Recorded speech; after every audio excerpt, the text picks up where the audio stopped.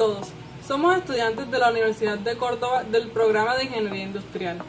A continuación les vamos a hablar un poco sobre los materiales compuestos, algunas de sus características, entre otras cosas.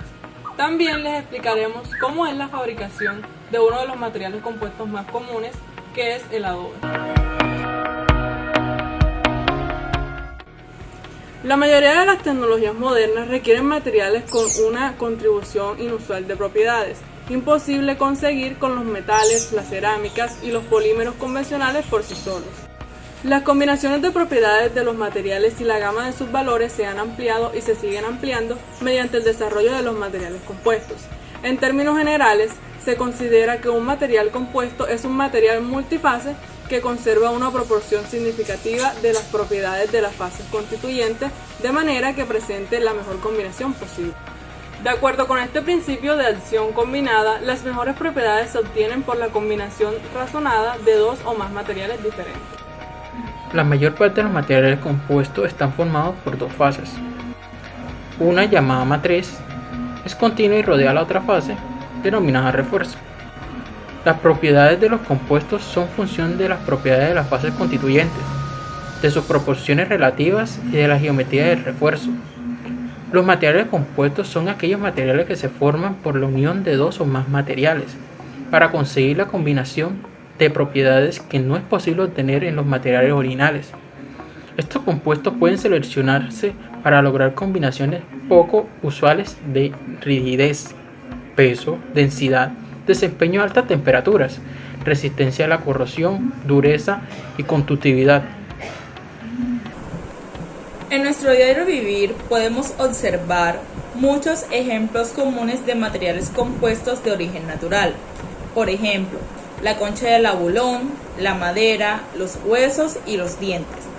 Y otros que son fabricados, como por ejemplo el hormigón armado, los plásticos reforzados con fibra de vidrio o fibra de carbono.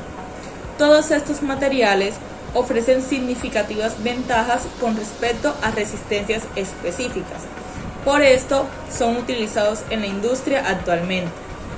Se dice que un material es compuesto cuando puede cumplir con ciertas características, como por ejemplo están formados por dos o más componentes distinguibles físicamente y separables mecánicamente. Presentan varias fases químicamente distintas, completamente insolubles entre sí y separadas por una interfase. Sus propiedades mecánicas son superiores a la simple suma de las propiedades de sus componentes, entre otras. La utilización de estos materiales tiene muchas ventajas como alta relación resistencia-peso, elevada rigidez, alta resistencia a la corrosión, alta resistencia a la fatiga, alta flexibilidad, alta resistencia dieléctrica, tienen la posibilidad de construir formas más o menos complejas, excelentes propiedades mecánicas, facilidad de fabricación con una alta variedad de acabados, estabilidad dimensional, entre otras. También encontramos de la misma manera desventajas en su producción y utilización. Entre ellas encontramos que en la etapa del diseño de piezas de material compuesto, las herramientas de cálculo existentes no son tan conocidas ni están tan ampliamente extendidas como ocurre para el caso del diseño de piezas metálicas. El coste de la materia prima de estos materiales suele ser muy elevado. En algunos casos existen peligros para la salud en los procesos de fabricación de ciertos materiales compuestos. En la mayoría de ocasiones falta información sobre el comportamiento mecánico final que tendrá la pieza fabricada del material compuesto.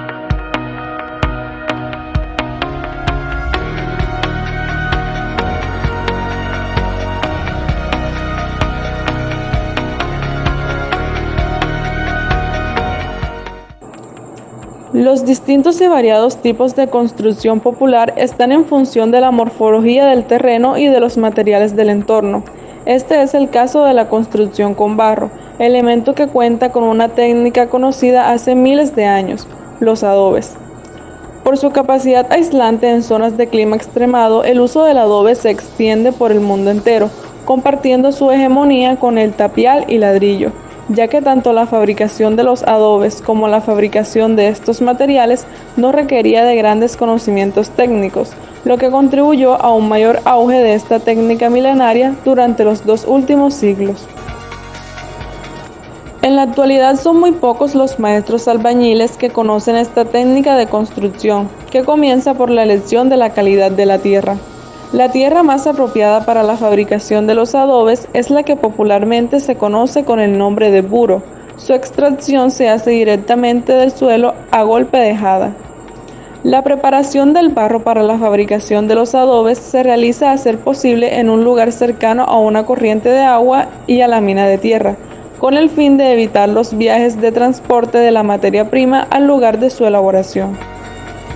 La mazadera es un canal de unos 2 metros de longitud, abierta a golpe de jada en el suelo con una profundidad de 20 centímetros.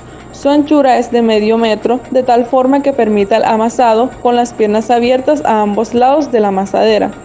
Para reforzar las esquinas de la zanja y evitar que se rompan al pisar, se coloca un tronco delgado en uno de los lados o en ambos, que sirva de guía para la colocación de los pies.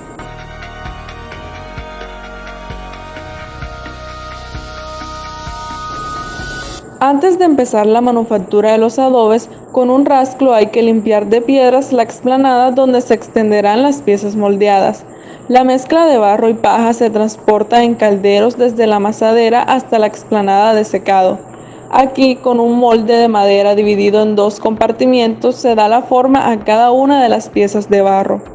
Las medidas de los adobes varían según las zonas, aunque en general su longitud ha sido de 33 centímetros para completar 1 metro con 3 piezas. Su anchura se aproxima a los 20 centímetros y su grueso es de aproximadamente 10 centímetros.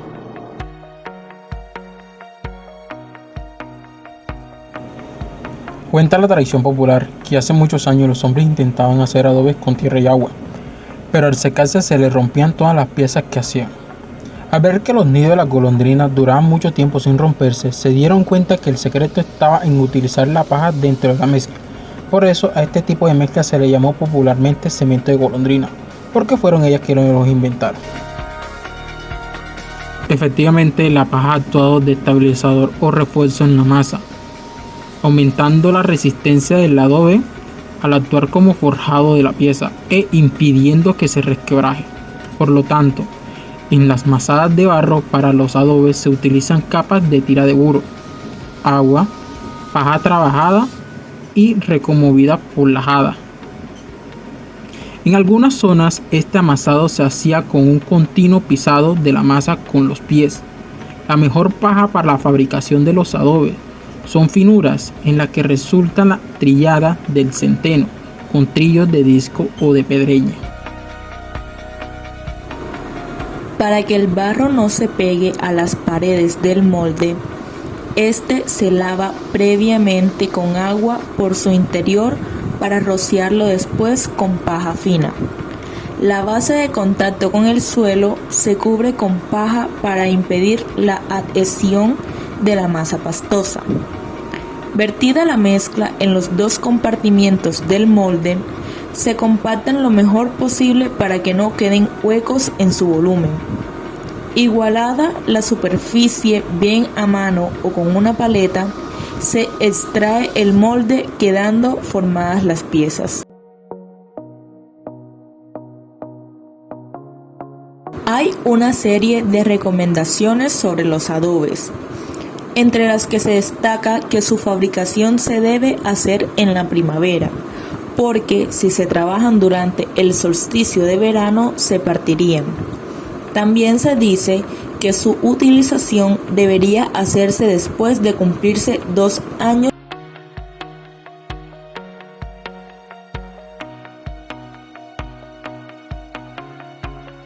Por regla general, la fabricación de los adobes en la mayoría de los pueblos no ha sido realizada por la dedicación exclusiva de alguno de los vecinos.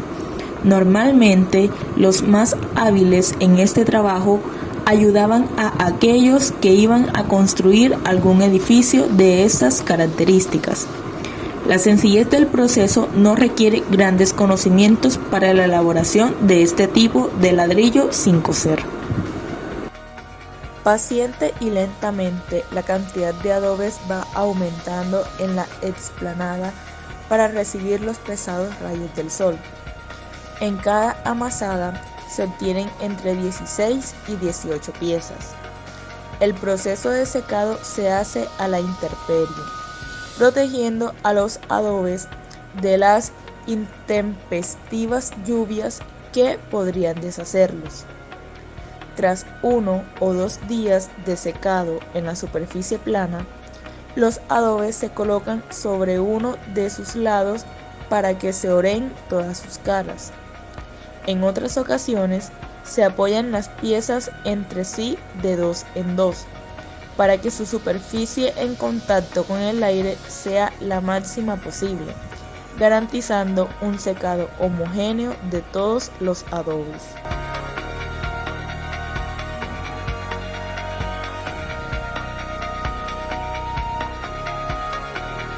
La fabricación de los adobes se hace en un lugar cercano a las materias primas agua y buro, y que a su vez esté bien soleado y oreado para el secado de las piezas.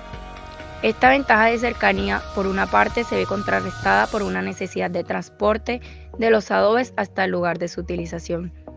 Normalmente este transporte se hacía en caballerías con un aparejo llamado jalma, que permitía una colocación equilibrada de las piezas hasta su destino.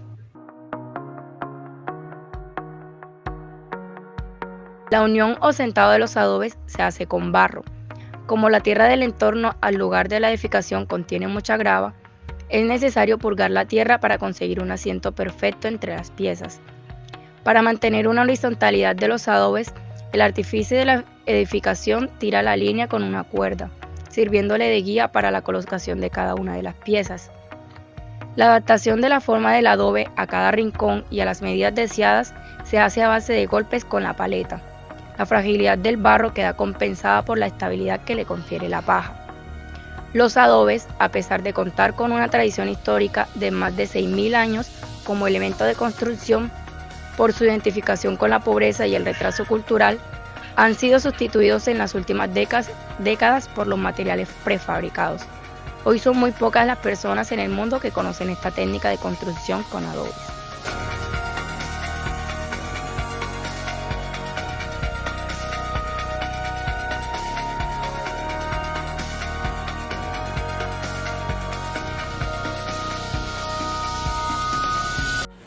Conforme aumentan las necesidades del ser humano en disponer de soluciones tecnológicas cada vez más exigentes, también surge la necesidad de disponer de nuevos materiales que ofrezcan cada vez mejores prestaciones. Estos materiales combinan las propiedades de los cerámicos, los plásticos y los metales, ya que en la industria se necesitan materiales ligeros, rígidos, resistentes al impacto y que resistan bien la corrosión y el desgaste, y rara vez un material sin ser aliado puede tener estas características. Esto a su vez implica que su elaboración puede ser algo costosa debido a la dificultad de fabricación o la incompatibilidad entre estos materiales. Como podemos ver, el campo de implementación de estos materiales es extremadamente gigante. Hay un mundo allá afuera lleno de ellos. La oportunidad de seguir creciendo tecnológicamente e industrialmente está en nuestras manos.